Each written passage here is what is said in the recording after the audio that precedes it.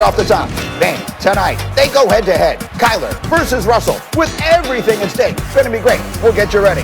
And then Shefty is here to say, not so fast, my friend, on the one move this weekend that seemed like a stone-cold lead pipe lock. All that and more as we get up with you on a jam-packed Thursday starting right now from the Seaport. I'm Greeny and delighted you are here, and the football crew is ready to go. Let me show you who we have today. It's going to be spectacular as we bring in D. Wood. Shefty is already working the phone. Lewis Riddick is here, and Neek is ready to go. All that and more. But we begin with a development story this morning, and it's not good. Just hours before the NBA draft last night, Klay Thompson injured his right leg during a workout with several NBA players in LA. He will undergo an MRI this morning. Here's what General Manager Bob Myers said last night. I don't know. We'll see. You can be hopeful, you can be concerned, probably all those things combined. As far as I know, he's playing basketball, and I don't know who with. I think just playing basketball, probably like a lot of these guys are trying to get ready for the season. Klay, of course, missed all of last year after the ACL injury he suffered in the finals the year before. Here are Tim Legler and Adrian Wojnarowski getting up with us early here today. Guys, thanks. Woj, what can you tell us? What do we know about this injury? Greeny, lower right leg. There's certainly a significant amount of concern among the Warriors. I talked to his agent, Greg Lawrence, last night, and they're going to have that imaging this morning, West Coast time. You'll see some of the Warrior personnel, front office, medical staff coming down to be there, his agent there, and they're going to get a better sense of the severity of this injury. The torn ACL injury was on his left knee that caused him to miss all of last season. This is a right leg injury. So it's not the same leg. That's not necessarily any indication of how severe it may or may not be, but just to sort of underline this for those who weren't following it last night, the vibe I was clearly getting from you and others covering the story was that the level of concern that this is something very serious is significant. We don't want to read too much into it, but am I getting that part of it right? Yeah, there's a significant level of concern, but listen, could it be at best a strained calf? At worst, is it in the Achilles area? And so that's why they'll get in there today. They'll do the imaging and they'll find out for sure. All right, so Tim Legler, let's sort of look at this from a bigger picture basketball perspective. If Klay were to miss significant time here, if this is a long-term injury, and again, we can all hope that it isn't, but what would that mean for the Warriors championship window? Well, my direct answer to that question would be I think it's still open, Greeny. I think, look, I'm less concerned about Klay Thompson potentially missing another year in terms of just guys getting a little bit older, Steph and Draymond both in their early 30s. I'm not as concerned about that. I'm more concerned about what is he going to be like coming back from now potentially another dreaded basketball injury. That's what you're concerned about. And now on each leg. So let's see what Klay Thompson looks like, a year from now, if that's how long he's out. And again, we're still waiting to hear the results of that. I still think the window is open, and the main reason is because when you look around the NBA, there is only one team right now that definitively you can say it looks like they're put together to win a title, and that's the Lakers.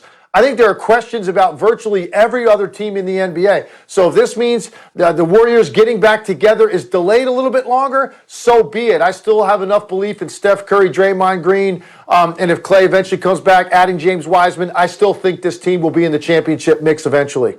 Okay, so let's leave that there for the moment. Again, we do not know, and there's no reason to really speculate. We'll find out later today exactly what they know about the injury. You mentioned Wiseman. Let's get to the draft. NBA draft last night. And at number 1, the Minnesota Timberwolves, no surprise, took Anthony Edwards.